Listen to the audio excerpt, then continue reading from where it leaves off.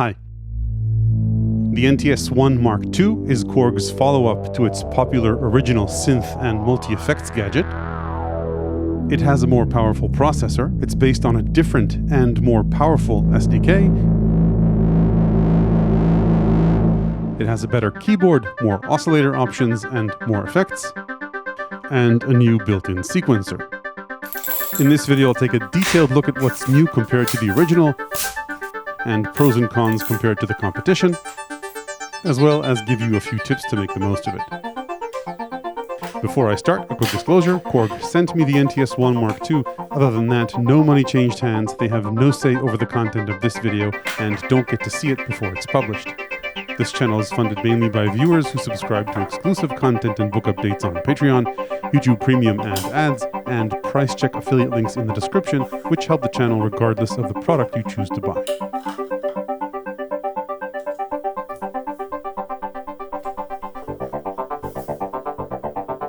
Okay, let's dive right in and take a look at what's new. What's immediately apparent is that the MK2 has a way more usable touch keyboard. The buttons, controls, and screen have been pushed up to make way for bigger keys. So now, rather than a very tiny, thin, and hardly playable touch strip, we have individual keys. This still won't win any Best Keybed awards, but if you're careful, you can play a tune without any mistakes. Also new, you can transpose this keybed. So if you hold oscillator and press the white keys, you can go down from octave 0 all the way to octave 5.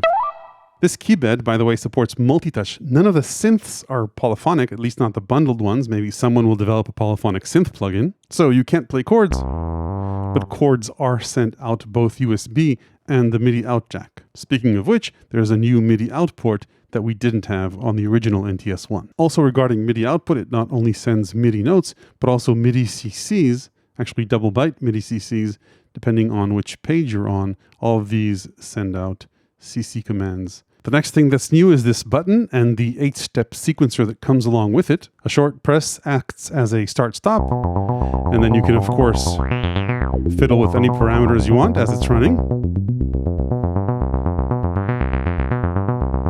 And then holding this button gives you access to different play directions. There are a few options there. To changing the gate length overall for the sequence. Its impact depends on the settings of the envelope generator and the overall sequence tempo.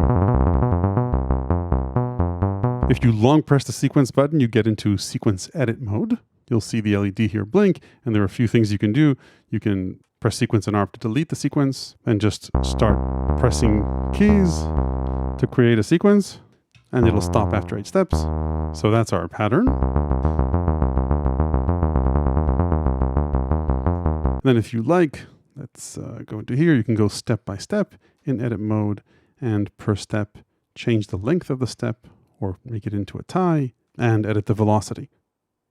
One final important feature of the sequencer, you can transpose it while it's running.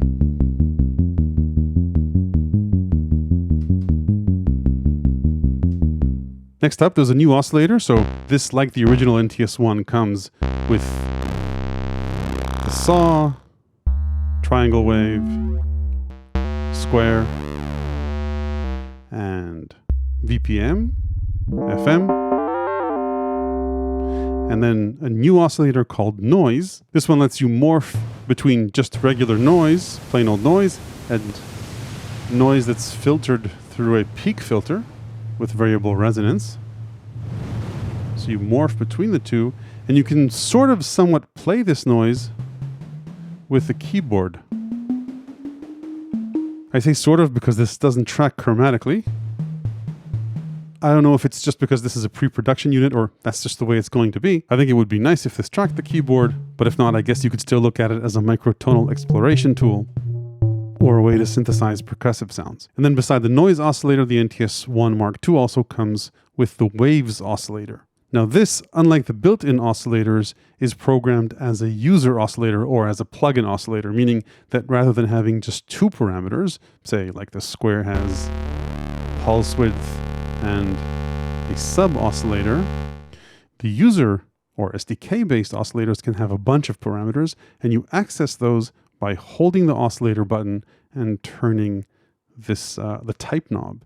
So you can see the parameters here are wave A and wave B, subwave, ring mod, bit crush, and drift. You edit the parameter that you're looking at here using the B knob. So for example, in this oscillator, the A knob controls shape, which morphs between wave A and wave B, and you can choose wave A or wave B using the B knob. So this, let's say, is wave A, and then let's go for wave B. Then I can morph between the two using the shape knob.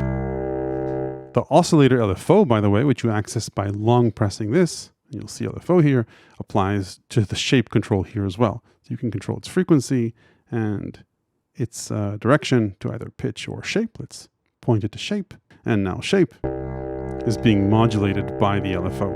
And then one last new interesting feature for the NTS-1 Mark II in the oscillator section is the oscillator mod option. This cross-mods the oscillator's waveform based on audio coming in the audio input in the back of the synth. This can be applied to the regular oscillators, not the user oscillators, and you get to that feature by long pressing the oscillator button and turning the type knob, in which case you'll be presented with either 2 or 3 options based on the oscillator. You've got the mode, which is AM, ring mod, or FM, and then the mod depth for the regular oscillators, and then for the VPM, the FM oscillator, there's a bonus feature where you can also target either the modulator or the carrier in the FM algorithm. So let's take a listen to what this sounds like. I'll plug the audio output of the old NTS-1 into the audio input of the new one. So this is the Mark II and this is the Mark I. Side note, you can just process external audio in here, making this obviously a great effect. You can also choose where in the signal chain audio comes in. Anyway, back to oscillator mod. So I'll choose, maybe let's turn off the effect for now. I'll choose maybe a triangle oscillator here, and let's maybe open the filter wide, turn down resonance, so we have a clean signal.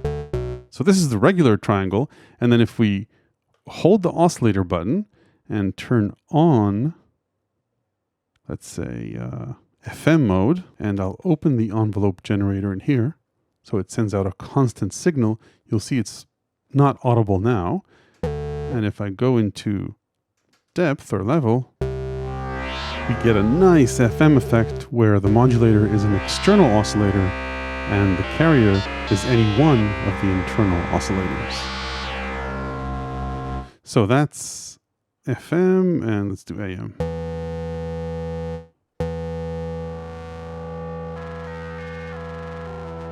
Or let's go for ring mod.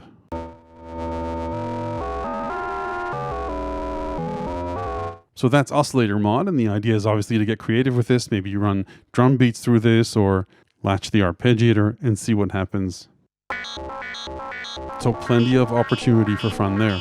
Okay, so that's what's new for the oscillator section. The filter and envelope sections remain the same. I'll just go through them very briefly for those of you that aren't familiar with the NTS-1. You've got 2 high pass, 2 band pass, and 2 low pass options. So cutoff and resonance.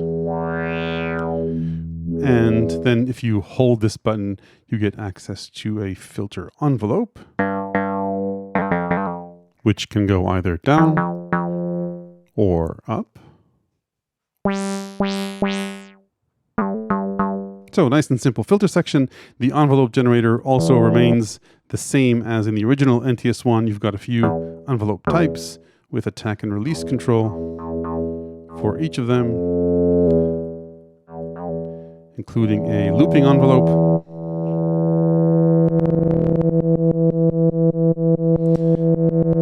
and just an open option in case you want to create drones. And then this too has a long press option.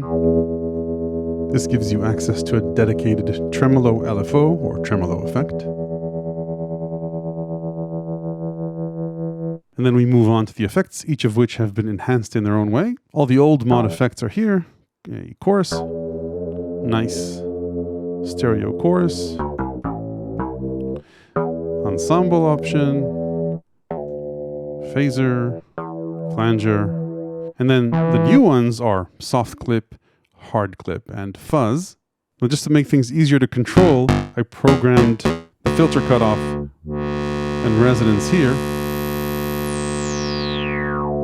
So let's take a listen to the soft clipping first.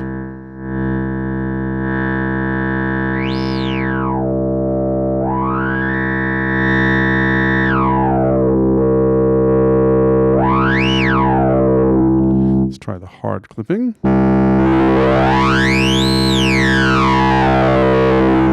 More aggressive. And let's move on to the fuzz.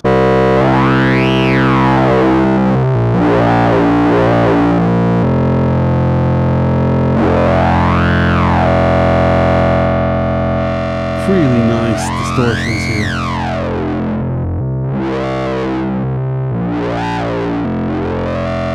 Okay, let's turn these off, move on to the delays. These have all the old options. In the NTS-1, and a new one called 1 with just one repeat. I think tape has been improved as well. By the way, you can control the dry-wet mix both for the delays and the reverbs by using the delay or reverb buttons as a shift function with the B knob. And then you've got BPM or tempo synced options for all the delays. So that's new too. And then I think the doubling delay is also new. Let's turn this off and move on to the reverbs. Here too, we've got the usual good suspects and a few new ones. Sounds, I think, pretty similar to Hall and Arena.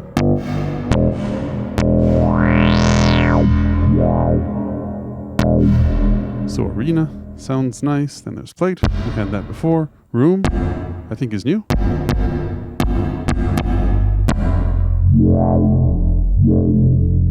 And Early is new as well.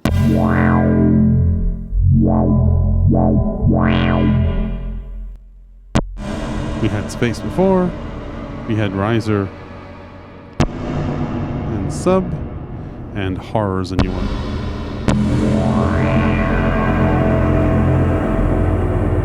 Massively nice long reverbs.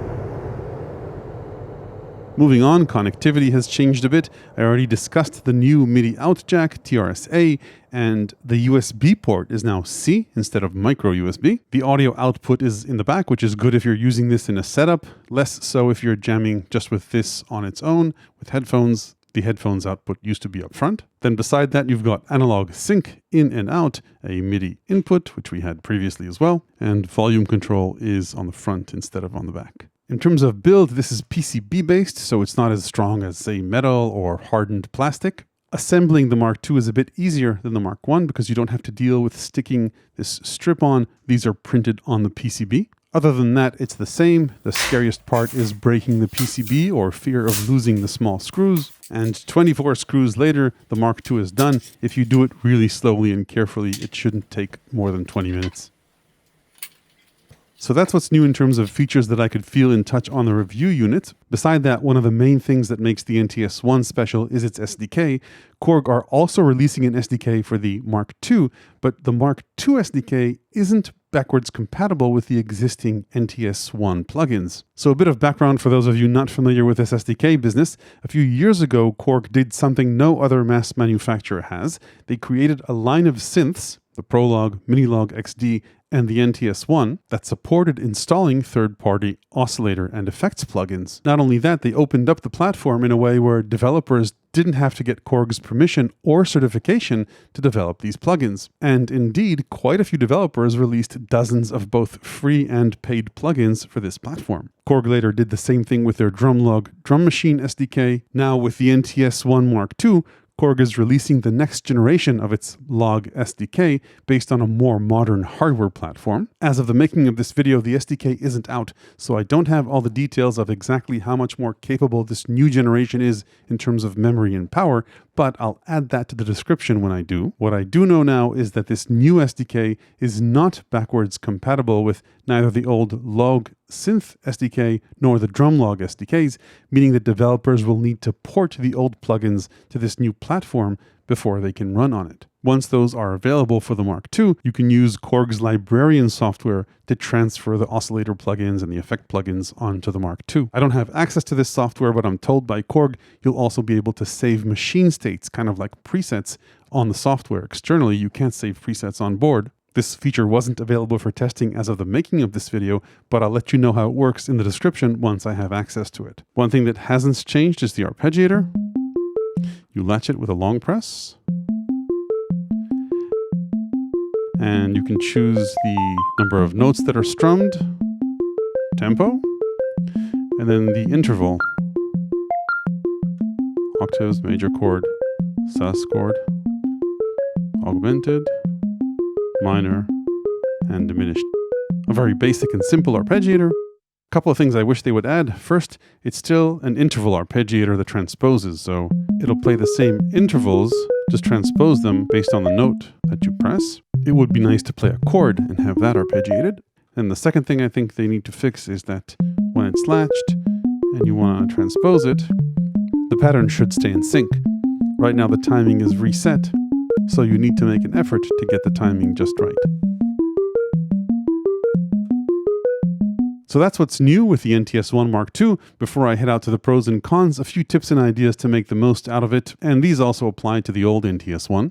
First, as you can see here, I highly recommend pairing the NTS-1 with a MIDI controller that not only has a proper arpeggiator and sequencer, but also that has knobs that let you control parameters. So for example, the KeyStep 37 has 4 banks of 4 parameters each. And I've programmed them to control different parameters, as you can see here. So for example, cutoff and resonance and the envelope controls. This has a pretty simple MIDI implementation chart. I'll post the template for the KeyStep 37 on my Patreon in case you have one. Next tip is to go over the global settings. You access these by turning off the NTS-1 and then turning it back on again, pressing the reverb button. These are all described in the manual, so no point in explaining them here.